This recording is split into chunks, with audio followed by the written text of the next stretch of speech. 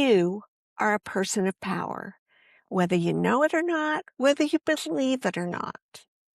Because you have a human mind. You can think, imagine, calculate, and communicate. You have human senses, which may not be as sensitive as, say, a dog's nose or an eagle's eye, but they enable you to function in all physical environments. And above all, you can choose. You have a greater ability to assess and understand than any other life form on Earth. Unfortunately, we aren't born with an owner's manual. We have to learn as we go. Hello, I'm Kathy Jacobson, and I'm the founder of modesofemotion.com, where we believe emotions are energy, energy is power, and therefore emotions are power. My intention has always been to help my clients realize and access the vast ocean of power they possess. And now, as an organization, we work to reduce conflict and suffering within ourselves, between individuals, and in the world. Because even the idea of personal power is unfamiliar to most people, accessing yours may seem a challenging prospect.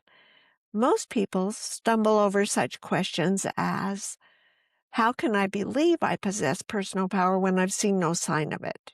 How can I recognize what I'm looking for when I do see it? How can I imagine I have power if every part of my life feels chancy? In this video, I will share 4 specific techniques to help you access more of the power you already possess. Let's begin by looking at the correlation between emotions and energy. First and foremost, we're talking about vibrational wavelengths. Think about how radios broadcast on specific wavelengths, and to listen, you have to tune into their particular frequency. Many things come to us in waves: sound, light, music, even smell. And many of these waves are beyond the capacity of our senses to pick up. Well, emotions also have various frequencies, and the different frequencies of the emotions we feel produce different results within our bodies and in our environments. Some frequencies expand our access to our inner power, and some frequencies limit it.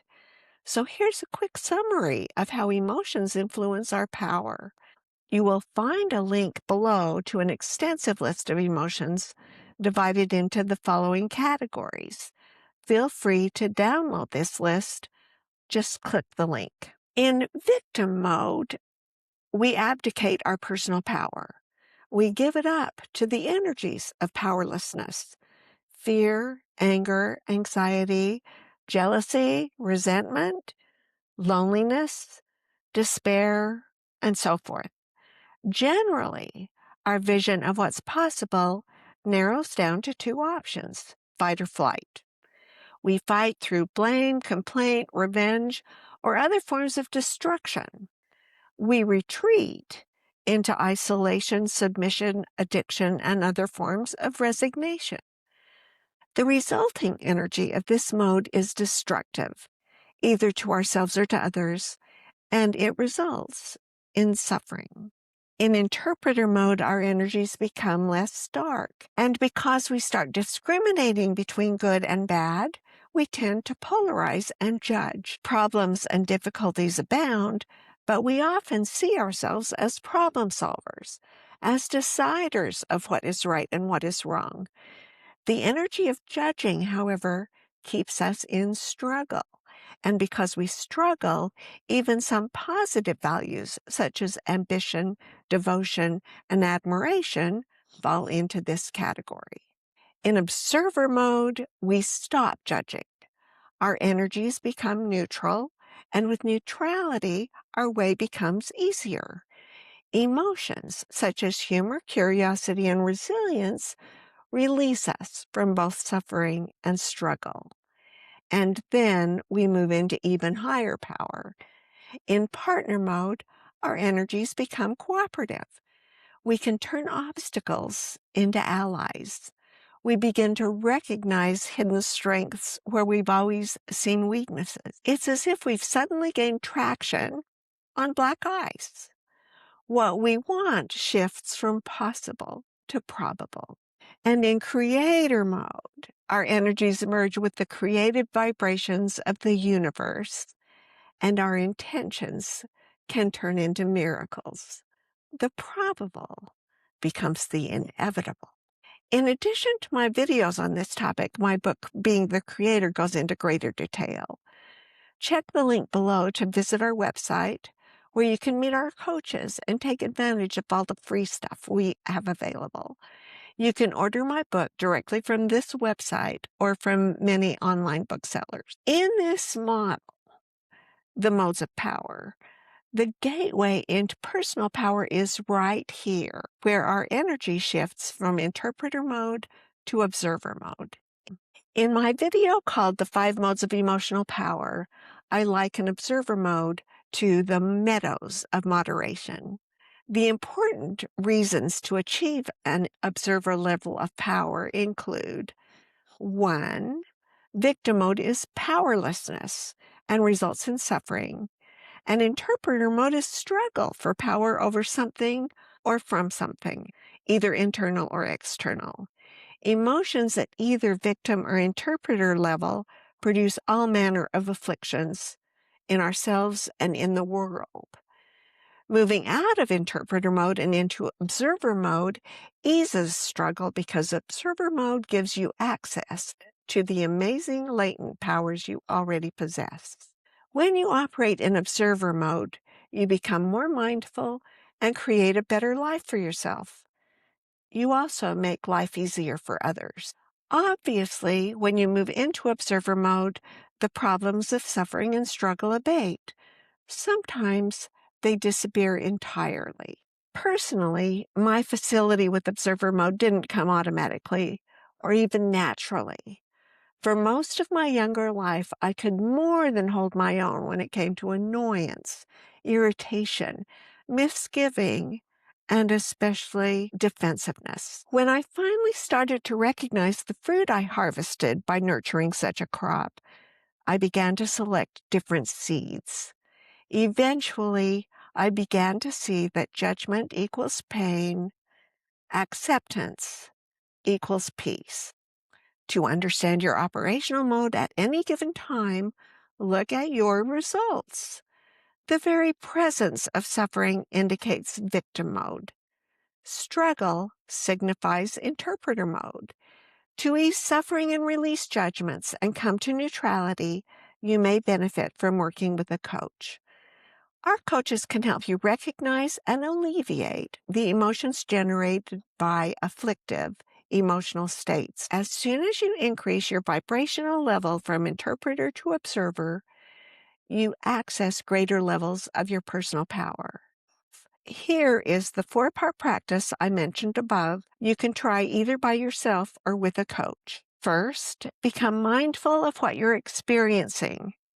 Where are you feeling it physically in your body? 2, acknowledge what you feel. Pay attention to your emotions and identify them by name if you can. 3, probe for the fear or judgment embedded in what you feel.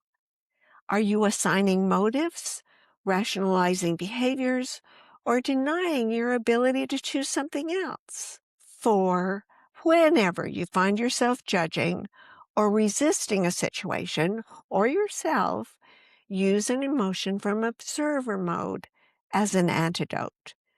For instance, respect will remove the scale of good or bad or right or wrong. Compassion will reassign motives. Humility will discourage rationalization, and courage will illuminate options. Practicing these techniques does not mean bad things will never happen to you. I'm assuming you have no desire to retreat into a hermit's cave and seek enlightenment through isolation. I expect you want to live, love, aspire, experiment, experience, and grow. I predict you will create new challenges for yourself because if you don't, life will no doubt supply you with some.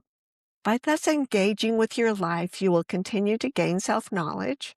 You will sometimes stumble and sometimes transcend, and you will inevitably discover hidden pockets of judgment from time to time. We all operate across a spectrum of emotions. We vibrate at different frequencies in different situations. Sometimes we're caught by victim or interpreter emotions. Other times we swing like a pendulum into the realms of partner or creator power. And different frequencies are heard by different listeners and produce different results. When you can see yourself vibrating mostly as an observer, with shorter and more infrequent fluctuations into victim or interpreter frequencies, you will also notice your center becomes more elevated. Sure, there will be occasional slips, but as observer mode becomes your natural state, partner and creator emotions will beckon more frequently. Releasing judgment reduces obstacles and expands personal power, and you experience greater levels of peace. So, if you are a subscriber to this channel, please comment and share your experiences and successes with us. If you have found value in this video, please like us and subscribe to our channel. Also, visit our website to discover what we offer. Click the link below to share your email address with us, and we will send you a free copy of my ebook, Choosing Happiness, 30 Days to a Life You'll Love. While on our website, we invite you to meet our coaches and explore all the free stuff we make available. And so, until we meet again, look at the world with wonder and at yourself with warmth.